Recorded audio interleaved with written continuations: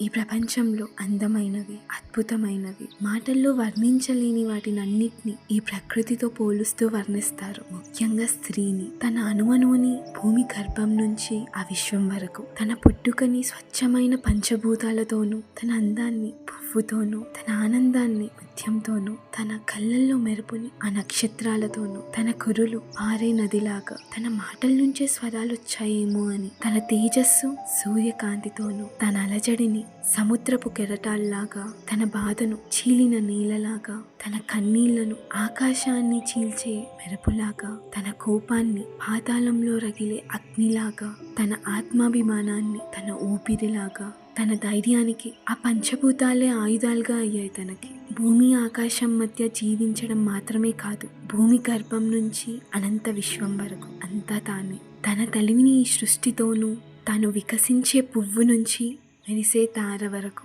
తను ఒక అనంతం, అందం నుంచి అద్భుతం వరకు అంతా తానే. ఒక స్త్రీ గురించి మరో స్త్రీ రాసిన ఒక చిన్న లేఖ.